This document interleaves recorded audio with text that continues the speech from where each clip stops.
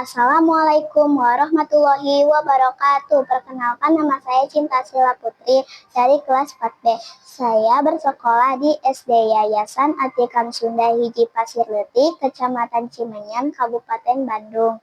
Saya dari tim Salaras, Salam Literasi Anak IAS. Pada kesempatan kali ini saya menerima tantangan Litnom di bulan Maret 2025, yaitu apa arti denah? Denah adalah gambar yang menunjukkan tata letak suatu tempat. Nah, di sini saya menggambarkan sekolah saya. Di bagian utara ada musola, kelas 1A dan B, kelas 6B, kelas 6A, ruang operator, dan perpustakaan.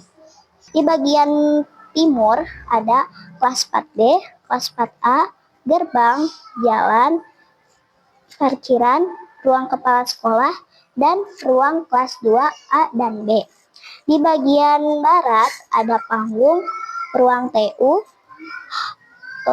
WC perempuan, kelas 5A dan 5B, dan ruang kesenian, kantin, dan WC. Nah, di bagian selatan ada ruang guru, ruang kelas 3B dan kelas 3A.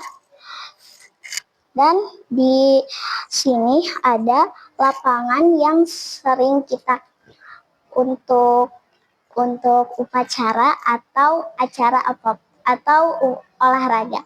Wassalamualaikum warahmatullahi wabarakatuh. Salam literasi.